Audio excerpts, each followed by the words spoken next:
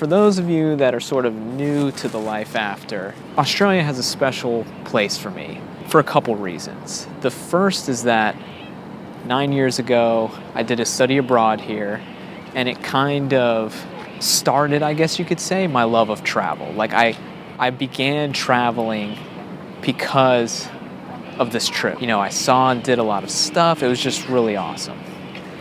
But now the other thing that happened when I came back from the trip, I had this one video, and I'll play it for you guys right here.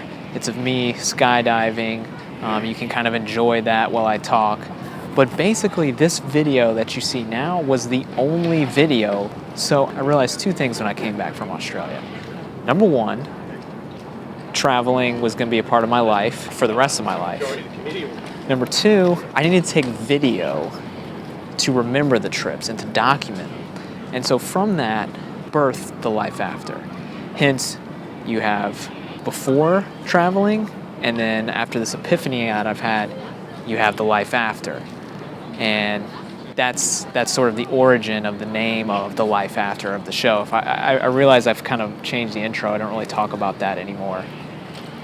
But Australia was sort of the origins of that. And you know, I've come to realize that the life after doesn't have to be about traveling. Like, the life after can sort of symbolize any epiphany you have in your life where you know that there was this sort of part of your life before you made this realization, and then how your life will change having made this realization. And I think traveling for me was a realization that I had where I will always try to keep traveling part of my life. And so it feels great to be back in Sydney. It just feels, I don't know, the nostalgia is going to play on me in this guide, so you guys are just going to have to bear with me. I'm going to take some trips down nostalgia lane, down memory lane. But that being said, this is the life after Sydney. I remember you.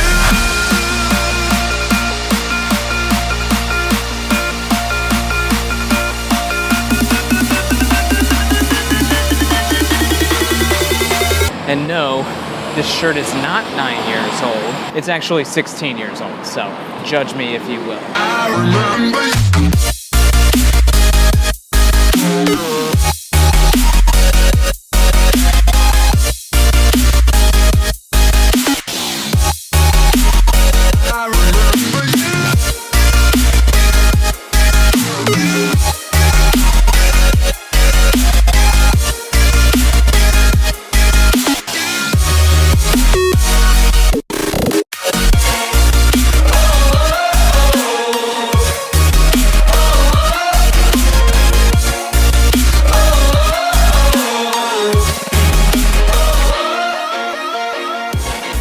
So me and Tim are walking around in Sydney, and I just gotta say, it feels pretty damn good to be back. It's cool here. You know, it's just kind of like a cloudy day in Sydney, but it just reminds me so much of when I came here the first time. I just love it, man. I love Sydney. It's just a great day to be walking around in Sydney. We're in the CBD. Tim almost tripped over a trash can. So one of the cool things also about coming back to Australia for the second time was I've booked us at the same hotel that we stayed in last time. You know how certain smells, if you smell something, will bring you back? I've had that happen to me a couple times in Sydney, where I've just been outside and it's been like the cool, humid, damp air. I'm just smelling it. It's like, oh man, it's 10 years ago. That's just a cool feeling.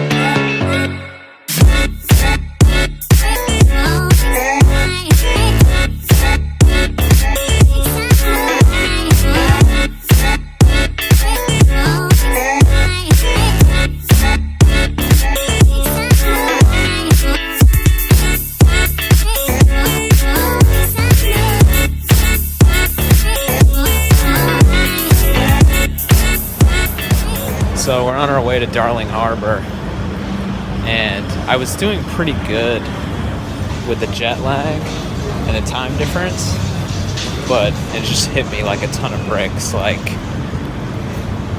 sweet damn, I'm tired. But just gonna try to power through. Obviously get more time lapses. And scruffy Murphys. I've actually been to that bar before. My first trip here. I don't really remember the place. Yes, now we can take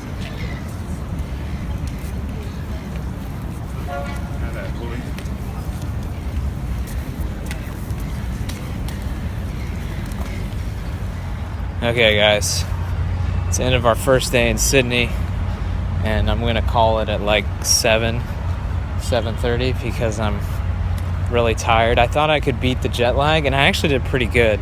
It's the most I've ever slept on a plane, except for like, conservatively maybe I got 7. But I don't know what the hell time it is back in LA, but I'm pretty damn tired, so I'm calling it. But I do think I have time for one more time lapse.